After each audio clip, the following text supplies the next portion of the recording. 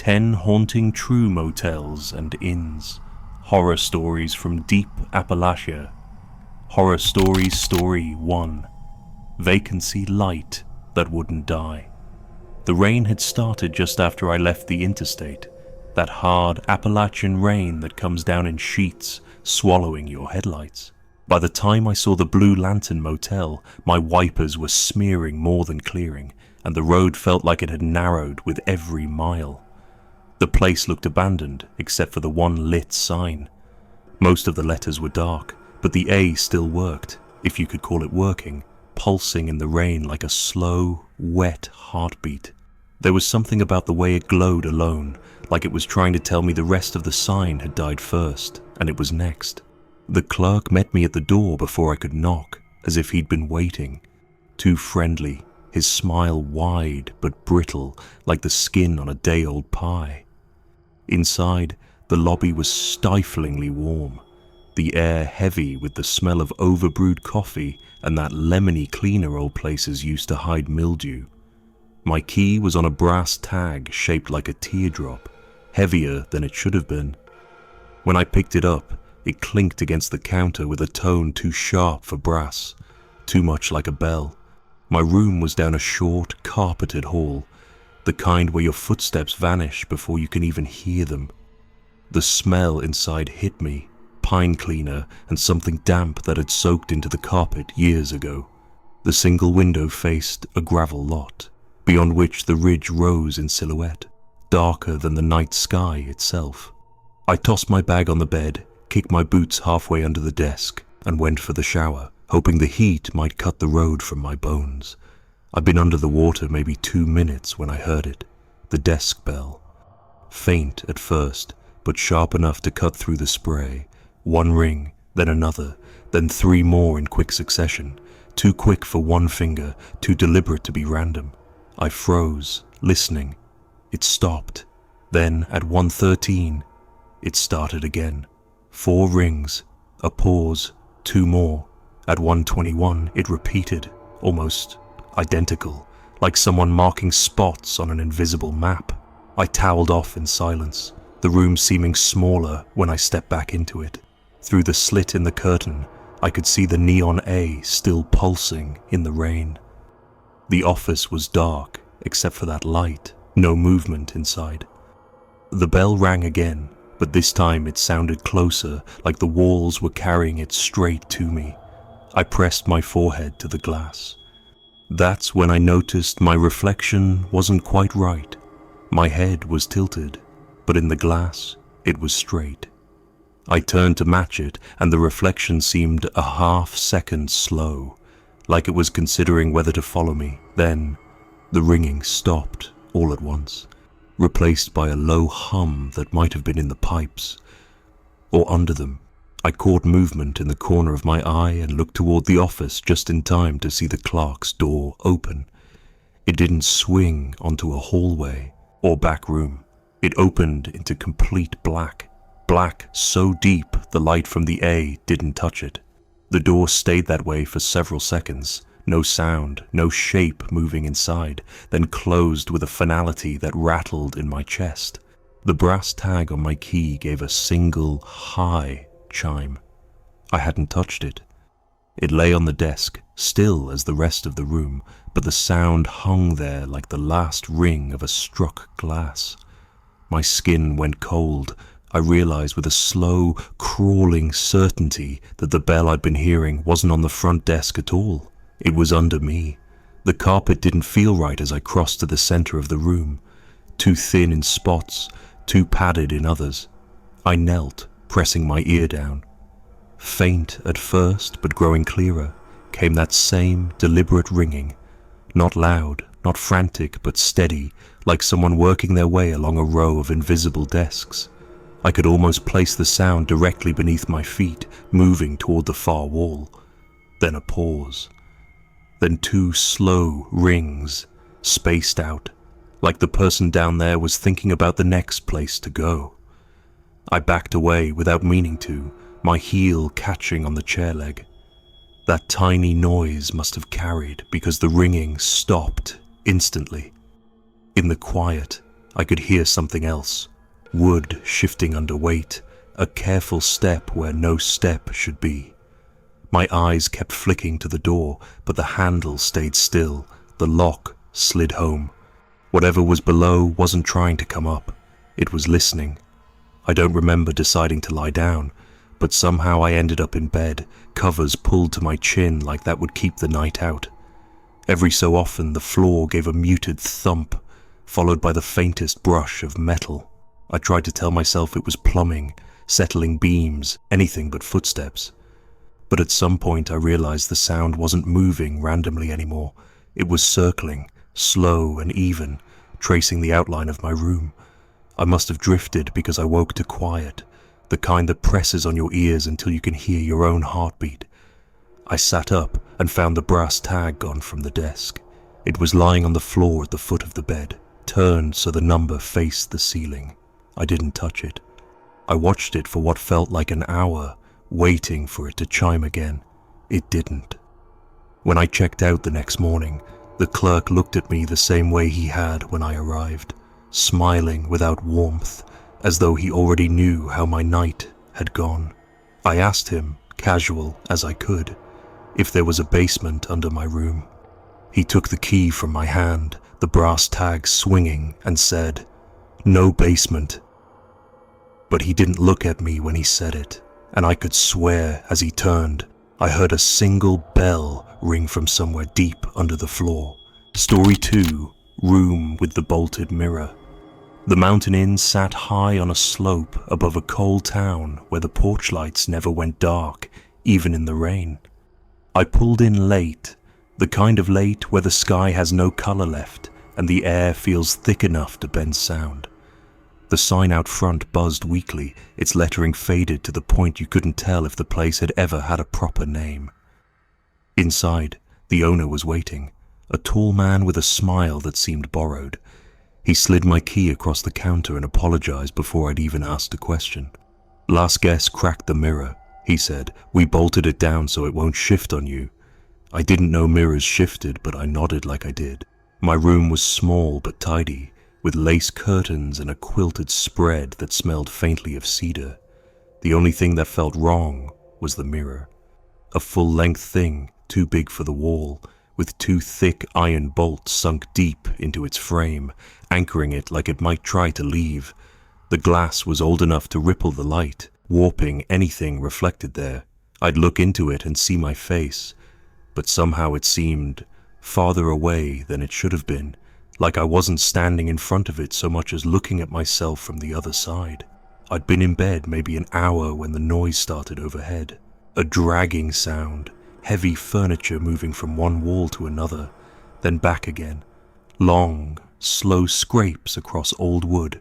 It went on for 10 minutes, maybe more, until the ceiling above me fell perfectly still. I lay there, listening for the next shift, when I noticed movement in the mirror. Not my reflection. It was the glass itself, blooming faintly at the bottom like someone was pressing their mouth against it and breathing out. I got up, half expecting to find a draft, but when I touched the surface it was cold as stone. The bolts, though, they were warm, almost pulsing with it. I stepped back, uneasy, and that was when the scraping started again upstairs. This time it wasn't random.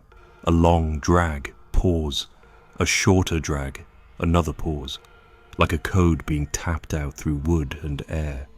I couldn't understand it, but something in the rhythm felt deliberate, as though someone wanted me to learn the pattern. I held still, trying to memorize it, when I heard a voice down the hall, a woman's voice, soft enough to be mistaken for the wind. "Don't," she said, just that one word, with the weight of a warning.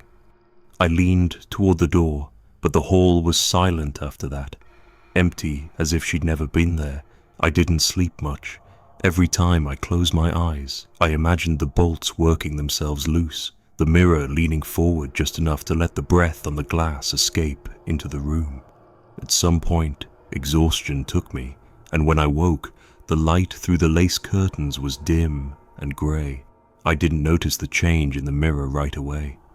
It wasn't until I stood in front of it again, rubbing the sleep from my eyes, that I saw them, 5 splayed marks pressed into the glass from the inside, not smudges, but impressions, as though the shape was part of the mirror now. The fingers were turned the wrong way, the tips pointing toward me instead of away, as if someone had stood on my side, reached in, and left them there. I packed my things without bothering to shower. The owner was behind the desk, watching me over the top of a ledger. I thought about asking if anyone else had stayed in the room above mine last night, but the words stuck in my throat. I didn't want to know what he'd say. As I handed over the key, I glanced back toward the hall that led to my room. The mirror was there, just visible through the open door. It looked the same as before, anchored, rippled, still. But I knew those marks would stay. I knew because, even from the lobby, I could feel the bolts radiating their strange warmth, like they were holding something in place that was still breathing, still waiting for the right moment to move again. Story 3. Ice Machine. At the far end. They put me at the last door, 100 feet from anything, with the ice machine rattling in the alcove like an engine that never decided whether to start. Early spring had the mountains coughing up fog in sheets. It rolled across the parking lot and swallowed trucks one headlight at a time, so you saw a glow, then nothing, then a shape you didn't trust. I was in town for a friend's wake, the kind where the church basement coffee tastes like a tire, and folks stand with their hands on each other's shoulders a second longer than usual. He'd gone into the river after a night that wasn't kind to him, and the river kept him long enough to change his face. The family asked me for fish, cold ones, something he'd always wanted for his send-off. That's why I kept walking that hallway, cooler open, bag crinkling like a poor substitute for grief. The hall smelled like bleach, fought a losing war with river mud. Somewhere behind the ice alcove, a laundry room leaked. Steady drip you started to hear even when it stopped. The camera bubble over the alcove was dead, its little red light nothing but dust. I told myself that meant privacy. I told myself a lot of things in that place. On my first trip, the machine worked fine. The clack and tremor, the flood of cubes like broken teeth into a paper cup. I dumped them into the bag and brought them back to the room. On the second trip, the floor felt like it sloped a different direction, as if the building had shifted its weight to lean against the mountain. I kept my eyes on the laminate tiles and tried not to count them. Counting gives shape to things you shouldn't make shapes out of. The third trip, the machine coughed up a cube with something brown sealed inside, trapped like a moth in amber. I held it to the buzzing light, squinting. It could have been a leaf tip or a sliver of bark. It could have been a piece of someone's coat lining. I told myself it was trash that got into the waterline, because a man who's sleeping at the far end of a motel shouldn't ask the wrong questions of a machine that lives there year-round. I threw that cube into the sink back in my room and watched it refuse to melt, as if cold had become its own kind of shell. On the fourth run, the machine stubborned up and wouldn't vend. No matter how I smacked its side or reselected B3 like that would help. Still, the bag in my hands grew heavier. At first I thought I was imagining it, guilt pressing itself into my arms through the handles. But I could hear the shift of cubes in there when I set the bag down, hear them settle like a breath. I opened the mouth and looked. A fog rolled out like the morning river, and I saw frost thick on the plastic, the kind that flowers and creeps and writes its own language. It struck me then that I couldn't see my reflection in that frost. Usually you catch a ghost of yourself in anything shiny. This was more like the bag had decided it. Didn't need me to exist. On the fifth trip, the hallway lights dimmed in a ripple toward me. Not all at once, but in a wave that made the shadows crawl along the baseboards as if the building had a tide. With the last fluorescent tube humming overhead, the ice machine shut itself up with a clench and a shudder. The chute closed, mouth pressed tight. I set the paper cup under it anyway because ritual is better than sense sometimes. That's when I heard the voice inside the metal, close to the grating, a man's voice worn down to the grain. "Leave it," He said, "Not leave here, leave it." My first thought was that somebody was on the other side of the wall in the laundry room messing with me, but the steady drip back there kept its rhythm, and this voice pushed through the machine's bones like the sound lived in the cold. I looked down at the bag and saw water stains blooming through the paper, spreading along the seams. They weren't random. They made a line, then a turn, then another line, like the path a person takes when he's not sure if he wants to go home or keep walking. I put the bag on the floor because my hands had started to shake and watched the stains finish spelling what they meant. The same route my footsteps had been taking all night, past my door, around the bend where the carpet loses its color, down the fire stairs that smell like wet pennies, and out the side exit toward the ravine. The wake was in 10 hours. I told myself I had time for one more run, that I'd be done after this, that I'd sleep with the TV talking to the room until the fog lifted. But the machine's voice made a sound like a long sigh through a straw, and something in me decided to ignore every good sense I'd ever been taught. I picked up the bag. It was heavier than any paper thing should be, heavy like a promise. I followed the wet arrows on the floor because I could see them even where the lights had died, like the water had a memory you could read. The fire door gave way under my push and traded the hall's bleach for the night's leaf mold and cold iron. Fog moved through the stairwell as if it had signed a lease. Down on the side landing, the concrete was slick and fat with moss that looked black under the security light. The ravine waited, shallow, filled with winter's garbage and the wet glint of bottles no one wanted to remember buying. The sound of the creek below was soft but constant, a conversation you aren't invited to but hear anyway. At the bottom, I met the chain-link fence that was supposed to keep people like me from making choices at the wrong time. The gate was padlocked. It didn't matter. The bag slid through the gap where two wires had given up on each other, and I followed, pulling aside a cut that had started to rust back together like skin. My friend used to fish this same creek, telling me the best runs were where the water changed its mind. That's where he'd gone under, between two rocks bright with slick, and the river held him for a day that stretched into two. I placed the bag on a flat stone and let my hands drop to my sides. The cold from the paper climbed my arms in a way that felt like it wasn't concerned with skin. "Leave it," the machine had said, and I did. I left the bag there, and I left a part of myself I'd been hoarding too. The part that believed every death made sense if you told the story well enough.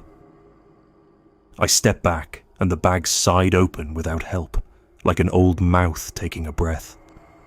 The steam that rose off it didn't have a smell I knew. Not fish, not bleach, not river. It smelled like the air in a church foyer when all the coats are wet. It smelled like a last argument. The cubes inside were clear, but they held shapes, not objects, more like distances. A porch light too far to reach, a truck mirror filled with fog, a face you almost recognize at a gas station 30 miles from home. I don't know how long I stood there listening to the creek speak its words against the rock. Long enough, I guess, for the paper to give up and slide what was left into the current. The bag didn't go far. It bumped against a snag and turned in place, slow as a decision. The frost on the plastic wrote a new line and then smudged itself out with water. My phone buzzed in my pocket, a text from someone asking if I could sit with the family early to greet folks. I typed yes with a thumb that didn't feel like it belonged to me. When I looked up, the fog had shifted, and I could see the back corner of the motel where my room's blinds had misaligned, leaving a single angled eye of light. Something moved across that slit. Maybe it was my own shadow, delayed by a night that wasn't finished with me. On the way back in, the hallway dried itself behind me. The wet footprints closing like a wound you can't prove was there. The ice machine rattled once, and then went quiet, content as an animal fed. I set the cooler by the door and sat on the bed without turning on the TV. The bag was gone, the creak had what it wanted, and the voice had stopped. Somewhere behind the machine, the steady drip counted down to morning. I slept in pieces and woke before the sun, half expecting to find the camera's red light revived and watching me. It wasn't. In the lobby, the clerk handed me coffee like he'd been waiting up. "Fog'll burn off," he said, and it did later for everyone else. But sometimes when I open my freezer at home, frost writes a quick line and then melts blank. And the cold that breathes out is not the kind you buy with quarters. It tastes like a creek that learned my name and is being patient about using it. Story 4. Night Auditors. Quiet Knock Pattern. The first thing I noticed about the night auditor was the way she held the pen, both hands wrapped around it like a prayer candle, steady and upright, while the wind hustled leaves down the lot outside and pressed them flat against the glass. She was thin in that Appalachian way that doesn't read as fragile so much as efficient, every spare thing in her tucked away for later. And when I asked if the storm was liable to turn mean, she didn't look up, just said, "Just wind," like she'd already decided which fears were worth inventory. The lobby smelled of old coffee and damp carpet, that church basement blend you get in mountain places that never quite dry out after a whole season of rain. She slid a ledger toward me instead of an electronic pad, actual paper with a slight sheen where countless palms had rested, and I wrote my name in a rectangle too small for it. Her finger followed the line as if to check it would stay put. I took the key and walked the infirm fluorescent hallway to my room, counting ice machine rumbles and the small electric buzz above the exit signs. The inn breathing through its own wiring. The storm kept worrying the siding, and when the power went at 2:30, it was as neat and complete as a breath held and not returned. Emergency lights popped on in a weak hospital color that made the wallpaper seams show like old scars, and the quiet that followed was loud enough to learn. That's when the knocking began. 3 quick, 1 slow. A pause wide enough for a person to make a decision. It wasn't loud, not hostile. A courteous little pattern like a memory of the coal tipple siren we grew up on, scaled down for hallways and human doors. I lay there waiting for it to pick a direction, and it did, walking the building like a person who knew exactly how many steps between thresholds. At each stop, after the rhythm, there came the soft rasp of someone steadying themselves on the jamb. That sound moved closer, and I could feel the knocks through the mattress first, more than hear them, the way a train feels in your ribs before it rounds the bend. I put my ear to the wood. The jamb was cold and damp as a root. The knocks reached the room beside mine and stopped one short of me, the way an apologetic wave stops short of a touch. "I'm good," I said without thinking, and in our hills that sentence means I'm scared enough to know it. The knock didn't come. What came was a weight against the bottom of my door and the faint drag of cardboard on tile, and then the ledger, how it had left the desk, I didn't know, slid under the gap, page first, as if the floor had a slope I'd never noticed. I stared at the book because it didn't make sense to watch the door for something smaller than paper when the storm was busy pushing the whole building a half-inch off square. The ledger was open to a list of names, a neat column of travelers, none of whom had any business, knowing each other, and every one of them shared the same checkout date written tight and tidy by the same hand. The last line was blank, but when I angled the page toward the emergency light's exhausted glow, I saw a faint impression in the paper, the ghost of a name written, then lifted, like a sticker you peel and place elsewhere. I flipped the page and found a map of the hallway sketched in pencil dark enough to shine, little crosses inked at certain doors. Mine had a cross, a firm pressed X with a dot at the center as if the pencil had hesitated there. Farther down, 2 crosses side by side were half erased into grey smudge, and one door had a circle instead, a circle with a small notch cut out like the mouth of a fish. The knocks moved again, now away from me, ticking toward the vending alcove and then flowing up the back stair, the rhythm smearing for a second where the carpet gave way to bare concrete and then recovering itself, polite as ever. I waited for the generator that never kicked on. The building felt like a held breath, and I stood barefoot because I was afraid my steps would speak if I put on shoes. From somewhere above, metal tapped, an old vent answering the wind. I carried the ledger to the window and palmed the curtain aside. Down the slope, the coal town was doing what coal towns do in storms. Porch lights were on, though no one stood under them, and one street lamp flickered in a pattern that could have been Morse code or just tired wiring. I thought about the auditor at the desk, about her eyes never leaving the paper, and I had the sudden childish conviction that if I walked to the lobby, I would find the pen upright in the ledger and everything else absent, as if she had been copied out of the place and left only the tool that contained her attention. The knock pattern descended the back stair again, slower now, as if balancing a tray of unseen weight. It came down my hall but stopped 2 doors past me and held there so long the pause became its own kind of message. I knelt and put my ear to the seam at the floor and heard the small, dry sound of a page turned by a cautious thumb. Heat rose off the ledger like a person had just closed their hand on it, and I opened to the map and marked with the tip of my nail the last place I'd heard the knocks. When they started again, I followed, because there are moments in these mountains when staying put and stepping out feel equally unsafe, and you pick the fear that asks you to move. The emergency lights made the carpet look underwater, grey-green and wavering, and I passed the door 2 down from me, the one with the long pause, and caught the smell that came through the crack where the latch hadn't taken. Something like a new plastic shower curtain and something like nails. "Don't," someone said from inside, the soft kind of don't you use for a child with their hand near a stove.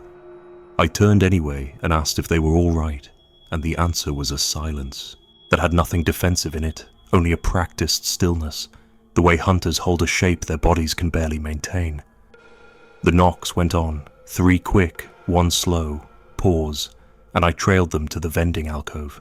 There, the pattern stopped. The red in use light on the soda machine glowed though there was no power, and in that glow I could see the dust line where the ledger had been. I understood then, without liking it, that the book belonged more to the hallway than the counter. A door opened at the far end with a breath of pressure, and the thin woman stepped out, not surprised to see me carrying the thing that should have been on her desk. "You don't answer after 2, she said, voice steady, as if reminding herself as much as telling me.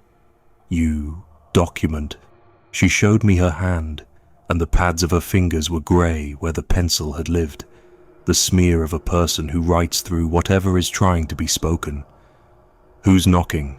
I asked, and she looked over my shoulder at a place on the wall where the pattern would pass if the wall were a path. "Depends who you are," she said, and it wasn't unkind. Somewhere above us, water moved in a pipe, and then stopped like someone changed their mind. "You marked me," I said, tapping the map where my door sat beneath its hard-pressed cross, and she pressed her lips tight until they lost colour. "We mark doors the wind favours," she said. "It helps later." "Helps what?" I asked, and the storm pressed its palm against the building with enough force to make the exit sign creak. She didn't answer. The knocks began again, nearer, the polite rhythm leaning into insistence, and I wanted to say the words that kept climbing into my throat. I'm good, I am not. But she reached past the ledger and touched the place where my name should have been and wasn't. Her finger rested there like a promise uncashed. The pattern stopped 1 room short of mine and waited, and in the waiting I understood what the faint impression on the page meant. Someone had written my name and then lifted it back off, as if to say there was still a chance to put it somewhere else.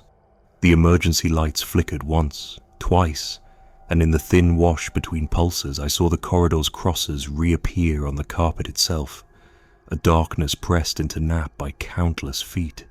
I carried the book back to my door because returning something is a way to bargain with a night that doesn't owe you conversation. The ledger slid under without complaint when I nudged it forward, a practiced motion, and my door stayed shut through the last set of knocks. 3 quick, 1 slow, a pause that felt like the mouth of a word you don't want to teach your own tongue. I slept only after the wind downshifted to a long, tired hiss, and in the morning, the lights up, the coffee burnt, the town's porches still lit for no one. The night auditor handed me my receipt with a clean square where a name should be, and a penciled map with one cross smudged lighter than the rest. I drove out under a sky bleached thin, telling myself the pattern had been nothing but a building learning the storm, and yet, some nights now, when the house is quiet and my own wiring ticks, I hear 3 quick, 1 slow, and feel my hand drift toward a pen I don't remember picking up, ready to write down what comes knocking and decide, too late, whether to answer or to document. Story 5. Honeymoon suite with no curtain. They gave me the suite because the cheaper rooms were taken by a funeral party. The clerk said it like a favor and slid the key toward me, with his thumb pressed against the number so I had to peel it off him. The door opened onto a room the color of old lipstick. There was a heart-shaped tub sunk in the corner and a window that faced the switchbacks. No curtain at all, just the mountains leaned close like neighbors who never learned how to knock. I told myself I didn't mind. In this part of the world it helps to see trouble coming.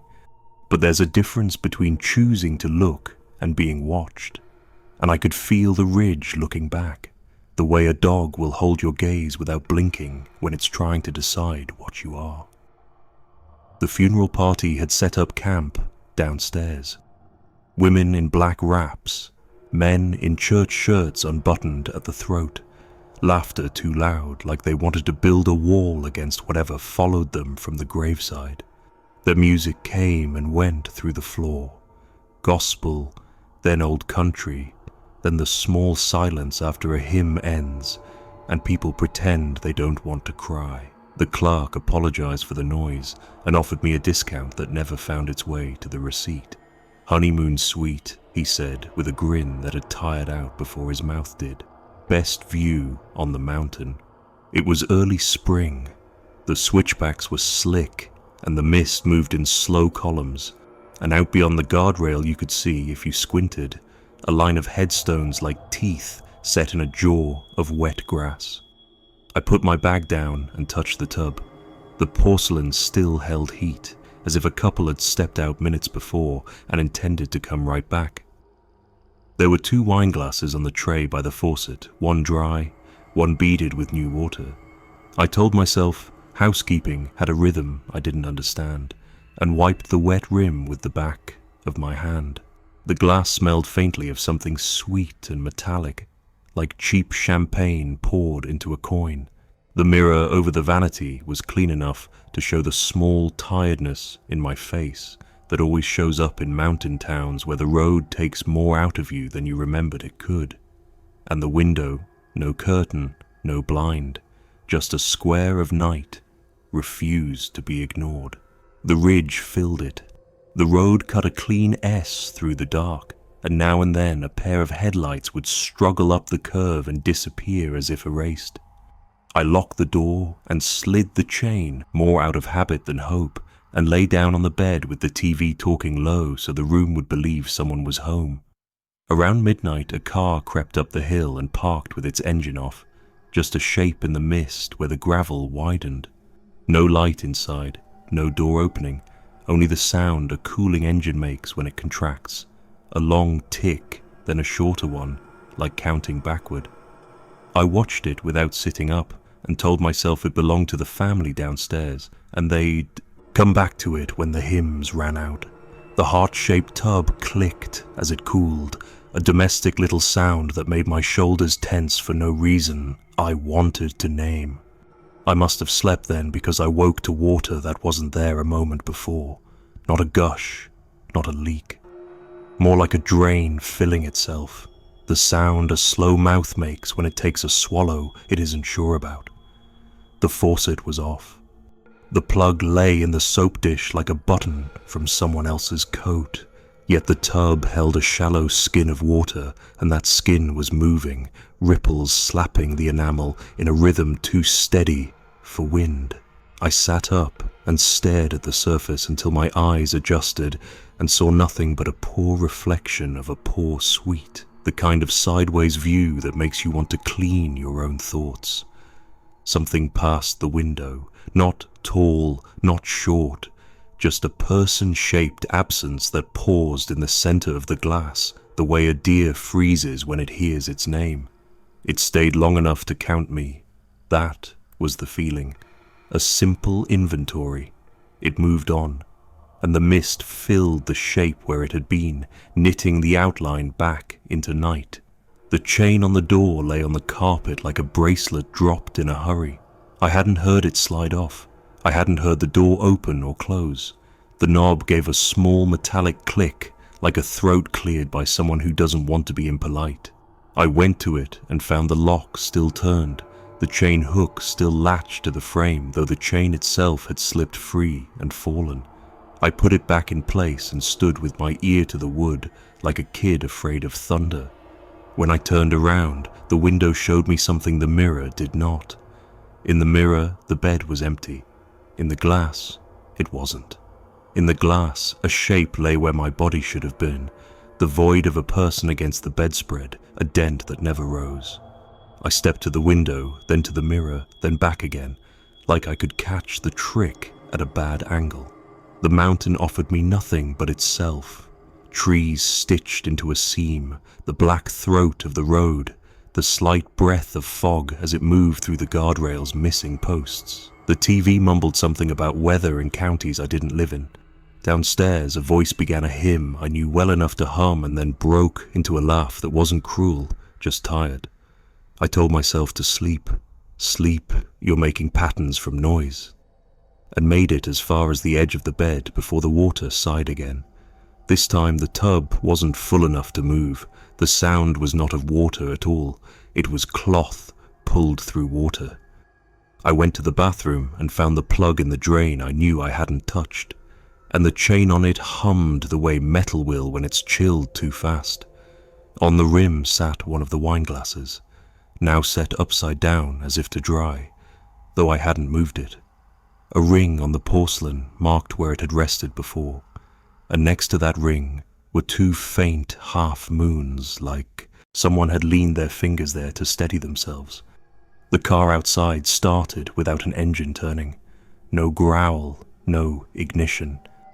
It simply became soundful again, the way a refrigerator comes to life and you realize you had gone deaf in its quiet. Headlights stayed dark. The shape remained a shape. I turned off the TV because the voices had become a layer I couldn't hear through and stood at the window, palms against the cool glass. My reflection met me, dim, flattened, but behind it, the bed still held a darker place where a person might be if the room had two occupants and one of them didn't care for mirrors. I'm not proud of how long I stood like that, bargaining with a pane of glass. I told myself to pull the bed away from the window, to drag the dresser in front of the door, to find a sheet, any kind of curtain, to alter the room so it would match what my head needed. But there's a kind of courtesy that's born into people up here. You don't rearrange someone else's house, even if you're scared. You leave things where you found them and hope they do the same for you. Sometime close to 3, the funeral party went quiet all at once, the way a conversation dies when the sentence everyone is avoiding arrives. The building settled, a long ribbed breath through the heat vents, and something touched the other side of the window. Not a hand, more like the idea of a hand, the patchy fog of breath where there shouldn't have been any, right at the height where mine would be if I stood outside looking in. I put my palm to it. Cold soaked my skin like it had time to spend. I thought of the car, the champagne-smelling glass. the tub holding heat from strangers long gone, and a story my grandmother used to tell about reflections, that if you stared too hard, the version of you in the glass would learn the way back faster than you'd learn how to hold the door. By dawn, the fog loosened its fist, and the mountains let go of the road. The car down the hill was gone, leaving only 2 dry ellipses on the gravel where tires had pressed water down. The chain held. The door stayed dumb as wood.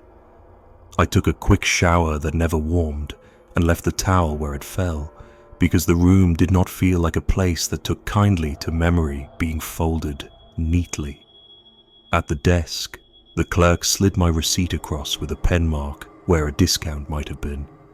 He asked if I'd enjoyed the view, and I said I'd kept it from enjoying me back.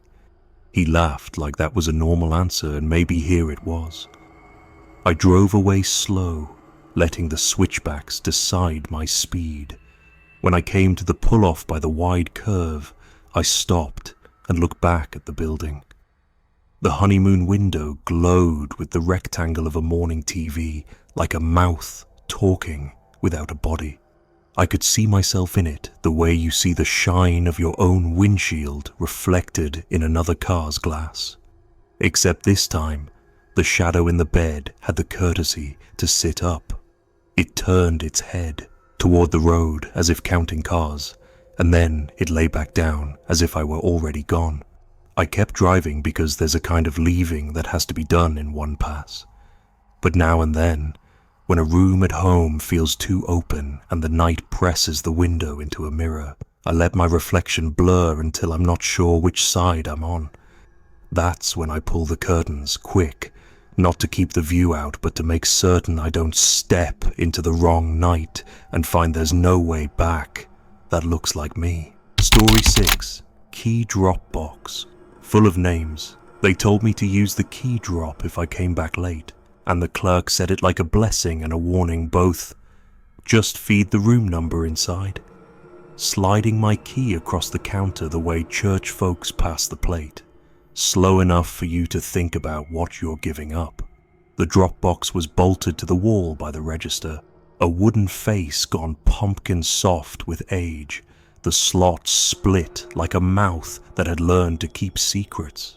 Its metal throat was rusted slick, the kind of rust you only get when something's been wet longer than it's been dry. I told myself it was a convenience. In these mountains, people like to keep the front door closed after midnight. They trust wood more than they trust faces they don't know. I couldn't sleep. The room smelled of heater dust and last winter, and the ridge pressed its weight into the window, the way a big hand will test a door before it bothers to open it. Rain walked the eaves in a slow circuit. Around 12:40, I started hearing metal whispering in the lobby, little touches, keys brushing keys. A sound like distant rain on tin roofs strung down a hollow.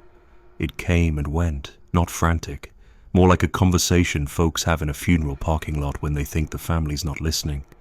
I put on my boots without socks and went down because sometimes you'd rather meet a noise than let it sit outside your door learning your breathing. The lobby lamp was off.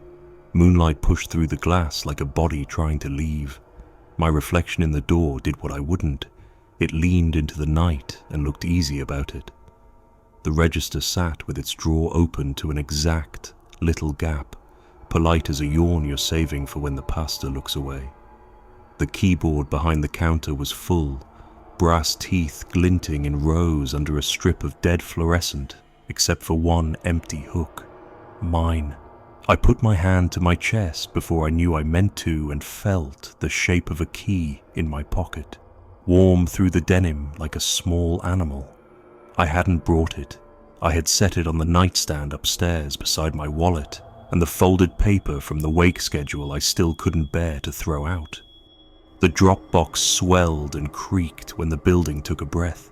Something in there had swollen with damp until the wood didn't know how to keep its shape.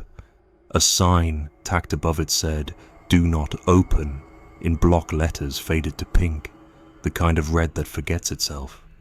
I stood a minute and listened to the rain, trying to decide whether to quit. Then I put my fingers under the lip and pulled.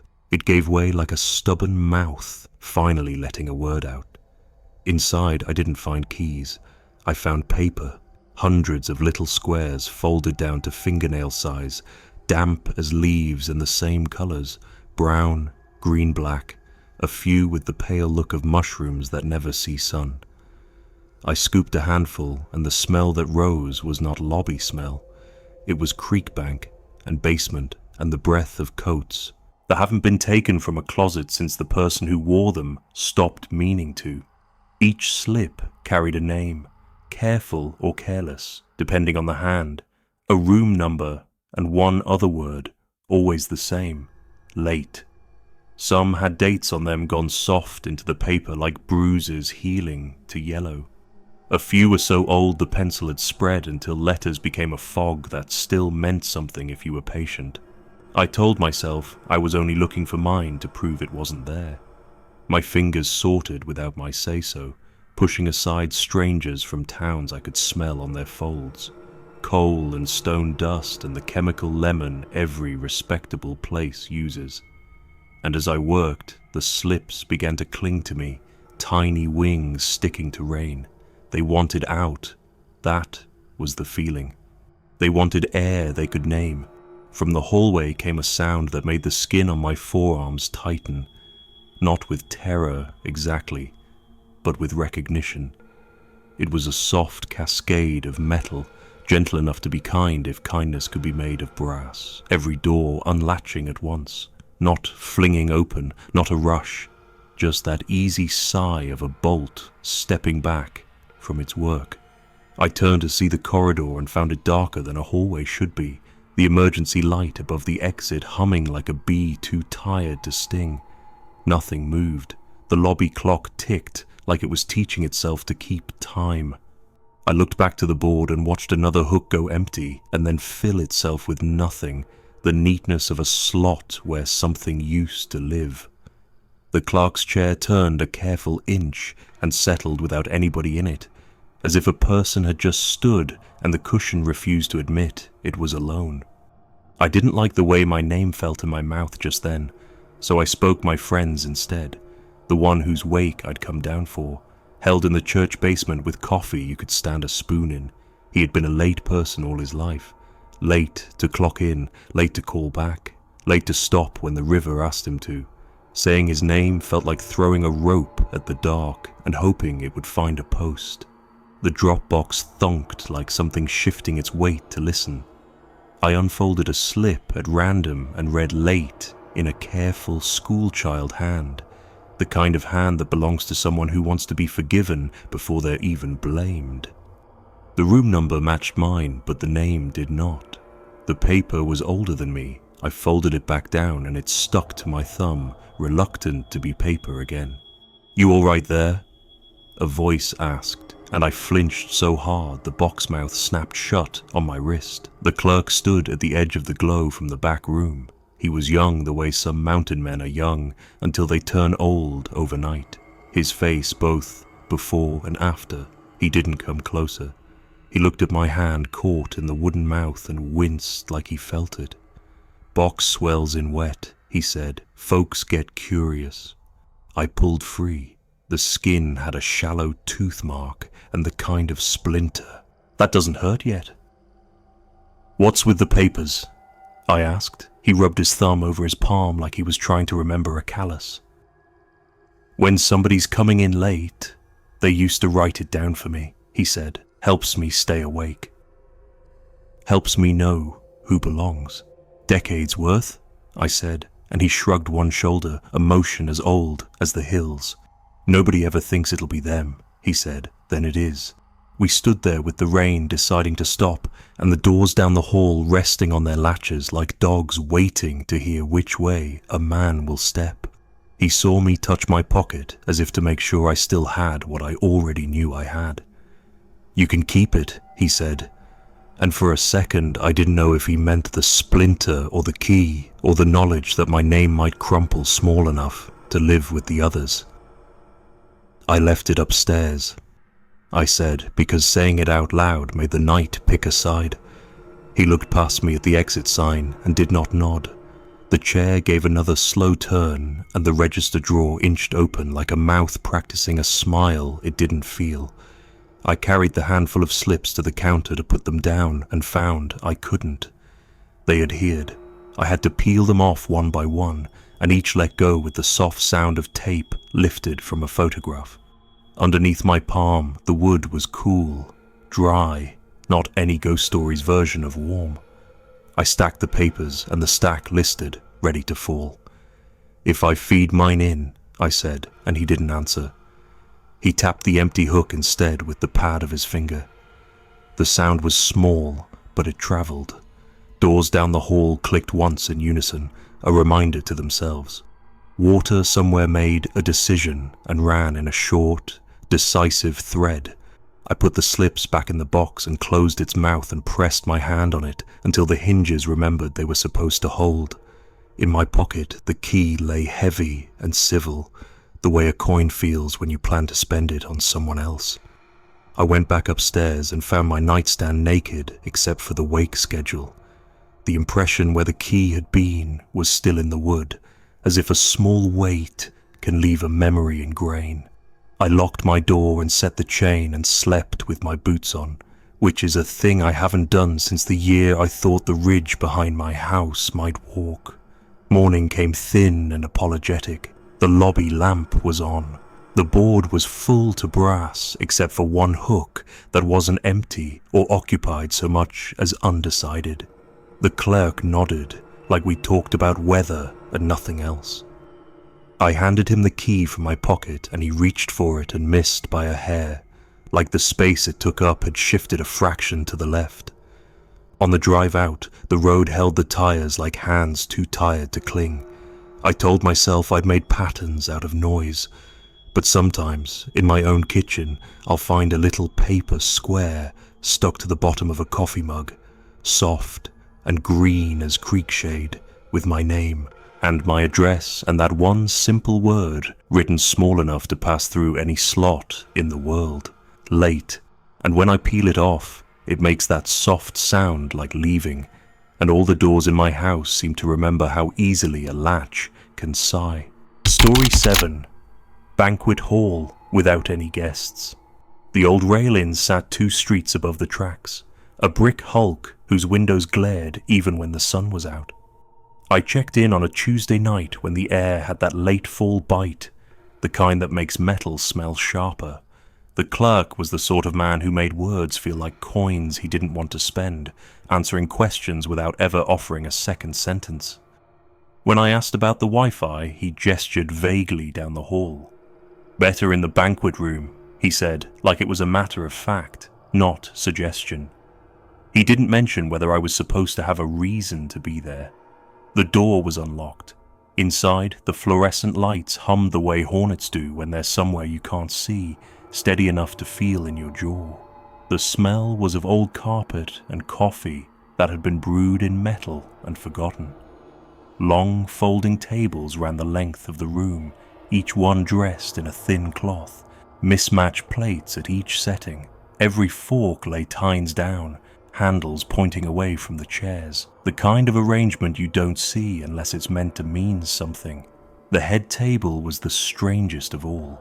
No chairs behind it, only a podium facing the wall instead of the room. I walked up to it, phone in hand, and lit the wall.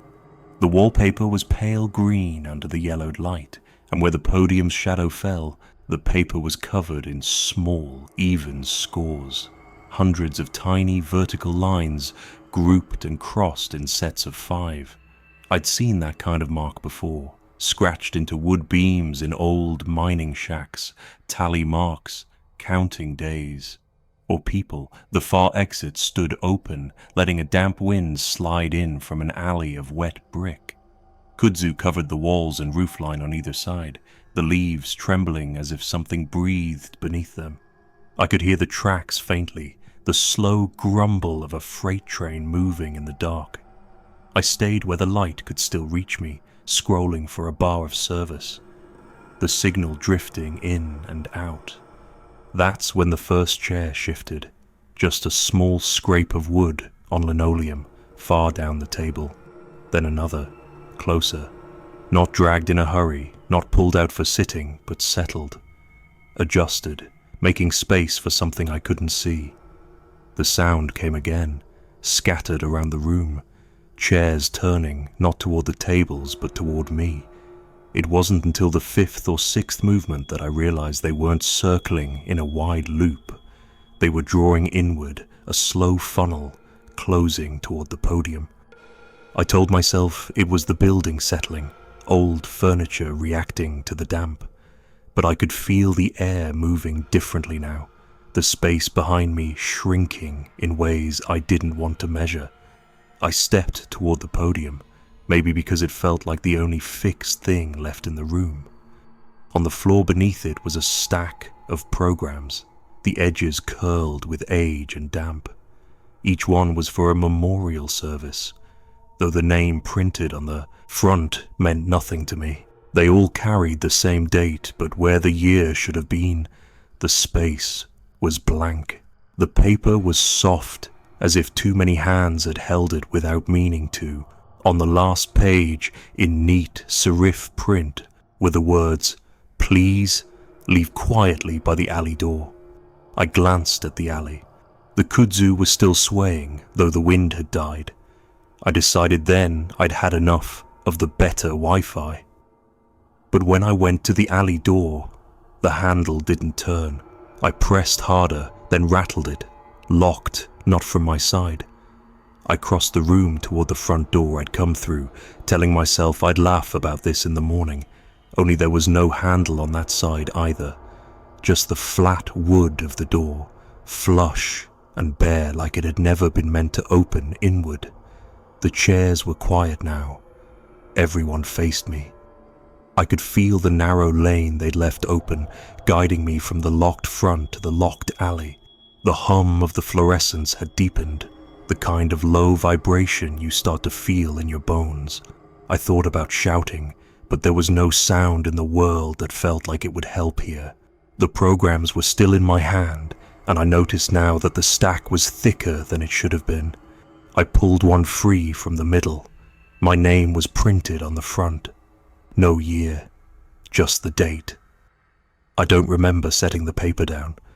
I only remember standing at the podium facing the wall, the tally marks sharp under my fingertips. My phone was still in my other hand, the flashlight beam trembling where it hit the wallpaper. Behind me, the scrape of wood started again, deliberate even. I didn't turn to look. The light caught the edge of a fresh line, just one, scored into the paper over the old marks. My finger traced it, and it felt warm, as if the cut had only just been made. Something shifted in the alley. The kudzu rustled in a long sigh, and I thought I heard a footstep on the wet brick.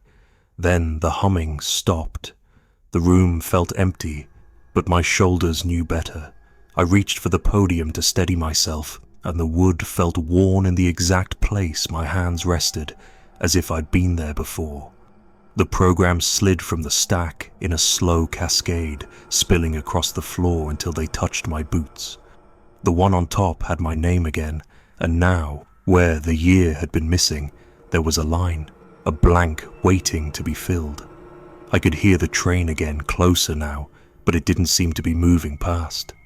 It was waiting, too. I went to the alley door because the idea of standing still felt worse. The lock clicked without me touching it, the sound small and final, like a pen closing after signing something you can't take back. I pushed, and the door opened onto the alley. The kudzu had stilled, every leaf turned toward me. The air smelled of wet brick and something older, like paper left in a trunk too long. When I stepped out, the door shut behind me, soft as breath. I turned back, but there was no handle on this side either. Only the brick, the vines, and the sound of chairs settling back into place inside. The wind moved once through the alley, and the kudzu leaned in just far enough to brush my arm. Somewhere behind the wall, a pencil dragged a short, straight line across old wallpaper. I didn't check to see if it was the second mark in a set. I already knew. Story 8. Vending room with the blue glow. Every motel has that one little room with machines that take your money without thinking twice. The kind of place that smells like dust and warm metal, where the hum from the compressor feels like a second ceiling over your head. This one had an old soda unit from the 80s, faded red once, now gone the dull purple of things that have been indoors too long. It lit the tiles blue, not LED blue, but that deep, old lens blue you get when you look through water at dusk. The glow didn't just sit on the floor, it reached up. I went down for a ginger ale because the heater in my room was breathing out air that smelled faintly like burnt hair, and I wanted something cold to cut it. The hallway to the vending room was short, but the carpet seemed to pull at my steps. Inside, the blue light made my skin look like it belonged to someone who hadn't been outside in years. I stepped up to the plexiglass and saw my reflection there. It didn't quite match me.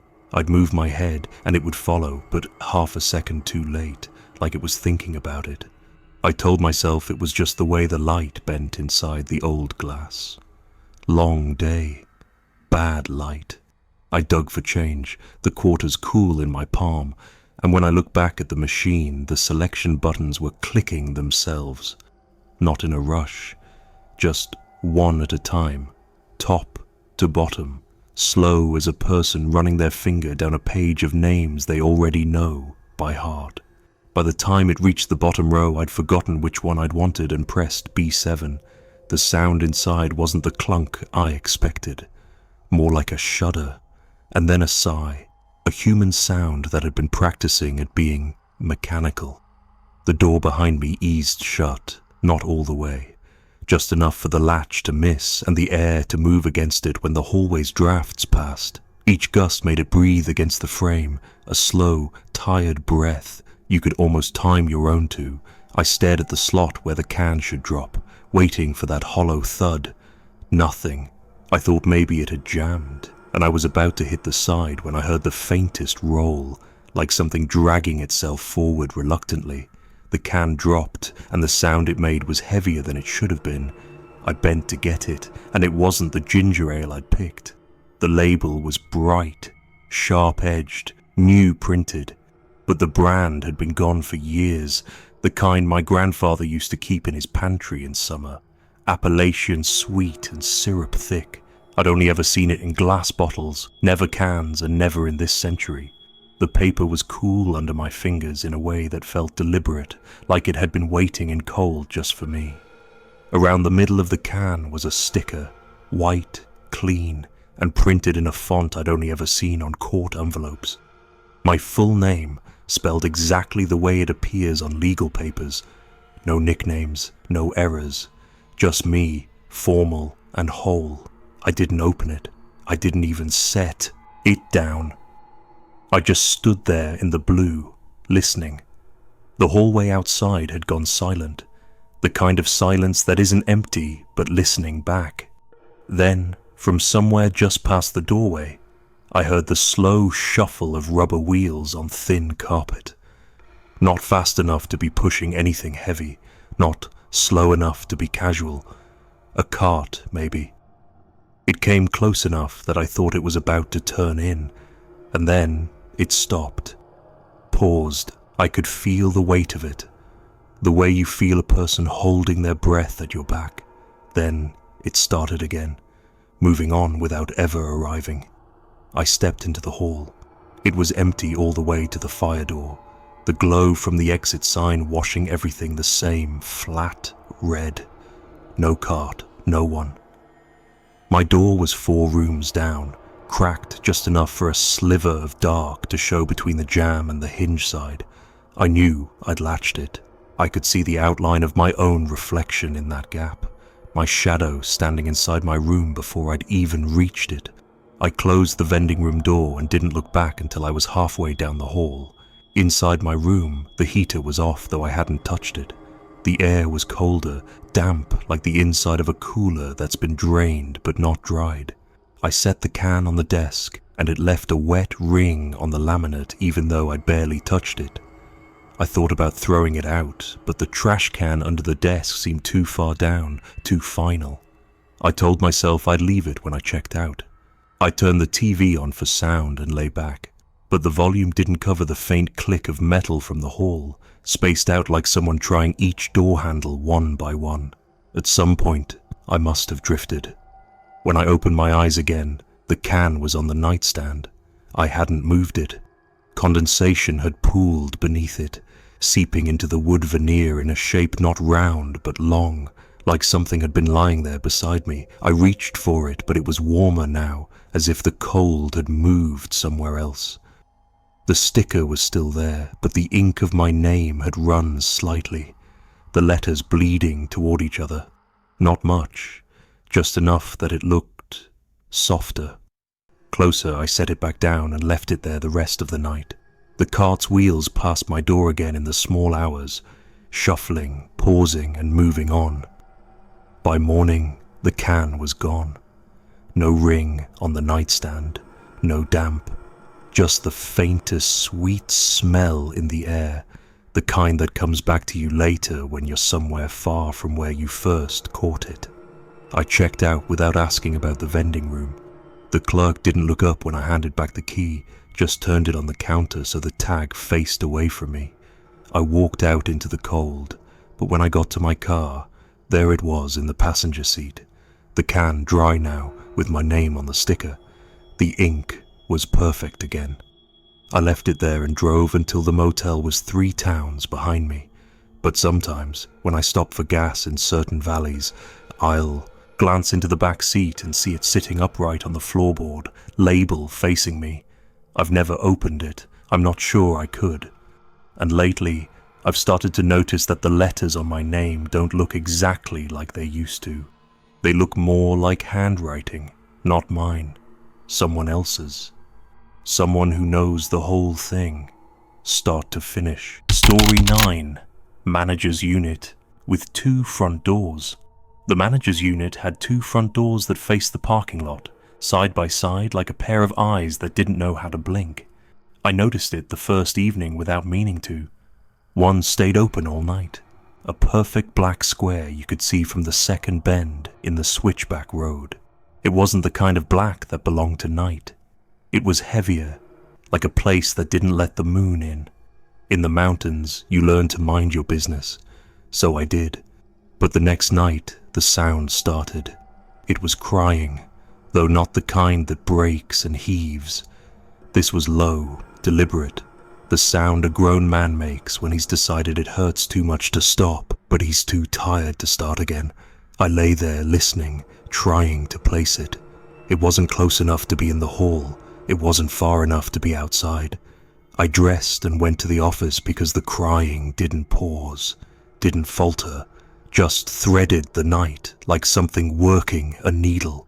The bell on the counter had been turned upside down, the metal top flat against the wood like someone had decided ringing it was no longer an option. The ledger lay open, neat columns of names and dates under the thin light from the desk lamp. A page marked long stays. My room number was there, a fresh dot beside it that hadn't been there that afternoon. Through the open door into the manager's apartment, I could see a living room that felt wrong without knowing why.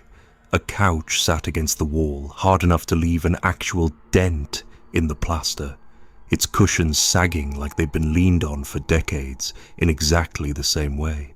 Across from it was another door, same frame, same paint, that opened onto the office I was standing in. It made no sense. I could see the counter, the bell still overturned. The crying stopped in the middle of a breath, and the silence that followed made my scalp tighten. Then came the footsteps. They started on carpet, soft and slow, crossed onto tile, then shifted to gravel. The sound looped like someone walking a small circuit, one that passed through more than one kind of floor but never came closer, never moved away. I stood still, and the air between me and that second door felt like it had weight. The loop continued, carpet, tile, gravel, pause, repeat, and I realized the sound wasn't traveling in a straight line, it was circling. I stepped into the apartment. The air changed immediately, heavier, warmer, as if the place held onto the day's heat with both hands. The smell was faint, bleach and something faintly sour, like wet paper that had dried too many times. I moved toward the other door, the one that shouldn't exist, when I caught something in the corner of my eye. Down the row outside, my own door had swung open.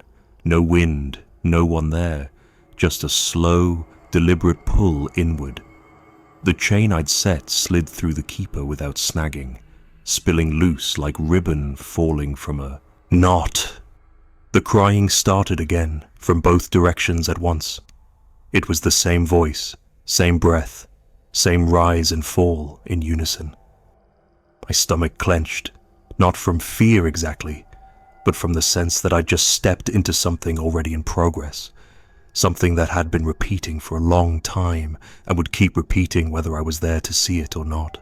The steps changed then, doubling, overlapping, one set on carpet, one on tile, one on gravel, all meeting in a place that didn't seem to exist in the lines of the building. I backed into the office without turning my back on the apartment door. The ledger still sat open, but now there was a mark beside my name too, neat and exact, like the tip of a pen had touched the paper for just long enough to leave the perfect dot. The crying cut off again, this time followed by a sound that made my teeth ache. A slow drag, like something heavy being pulled across the floor by someone who didn't care how much noise it made. It came from the open apartment door, then from the hall outside my room, then from somewhere that felt like it was directly behind me, though the air was still. I went for my room anyway, because the only thing worse than staying was standing still. The gravel under my boots sounded too close to the gravel in the loop of steps I'd heard earlier, and I half expected to meet myself coming the other way. When I reached my door, the room was exactly as I'd left it except for one thing. The chain wasn't just undone, it was gone. Not broken, not on the floor. Gone. In its place was the faintest smear of something pale against the frame, like the mark left when you slide furniture across a wall. I closed the door and locked it, the regular lock feeling like a lie in my hand. The crying started again, almost immediately. Not outside now, not from the office. From the space under my bed. Low, even, patient. I didn't check, I didn't move. I sat on the bed with my boots still on, hands in my lap, and listened to it for the rest of the night. It never grew louder, it never stopped. By morning, the sound was gone. My chain was back, hanging exactly where it had been before, the keeper unmarred. When I went to check out, the ledger was closed, the bell upright, the clerk sitting behind the desk like he'd been there all night. I asked him how long he'd been managing the place, and he looked at me like I'd asked the time on the moon. Long enough, he said. Driving away, I passed the front of the building. Both managers' doors were closed now, blank as if nothing had ever moved behind them. But in my rearview mirror, one door was open again, a black square that didn't match the rest of the morning. I didn't slow down. Even now, sometimes in my own house, I'll hear those 3 steps, carpet, tile, gravel, looping in a place that doesn't exist in my floor plan. And every so often, I'll wake to find the chain on my bedroom door hanging open, the air, heavier, warmer, as if the room has been holding on to someone else's heat all night. That's when I know better than to listen for crying. It's not meant for me. Not yet. Story 10. Last, vacancy above the river. The rain didn't fall so much as rise, thick from the gorge, pushing through the seams of the window like breath through teeth. I'd been driving all day with the wipers losing their fight, and by the time I reached the inn there wasn't anywhere else to go. The road behind me was underwater in the low spots, and the one ahead disappeared into fog so heavy it looked solid. The innkeeper gave me a key without asking my name, his hands thin and dry as twine. "The river talks when it's high," he said, and I laughed because it seemed like the kind of local saying you tell strangers. The room was small and square, with a bed that tilted toward the wall and a heater that clinked as it worked.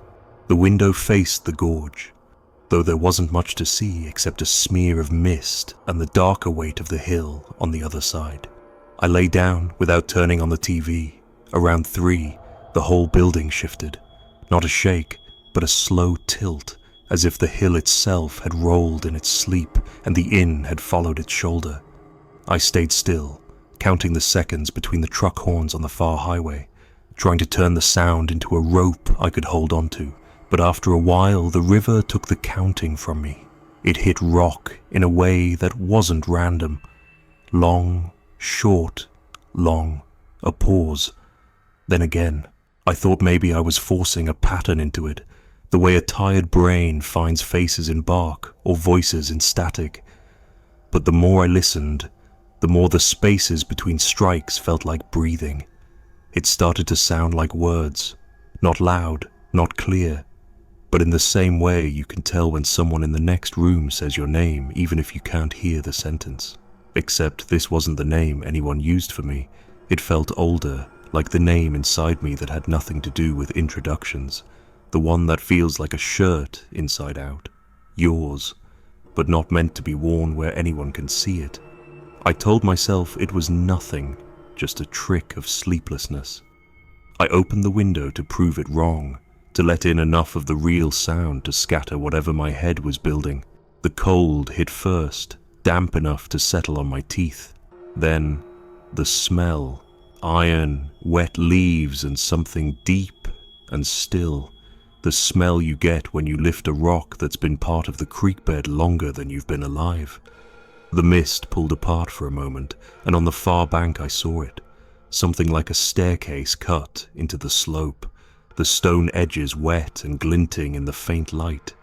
It wasn't grand, it wasn't even tall, just enough steps to take you from waterline to a place you couldn't quite see.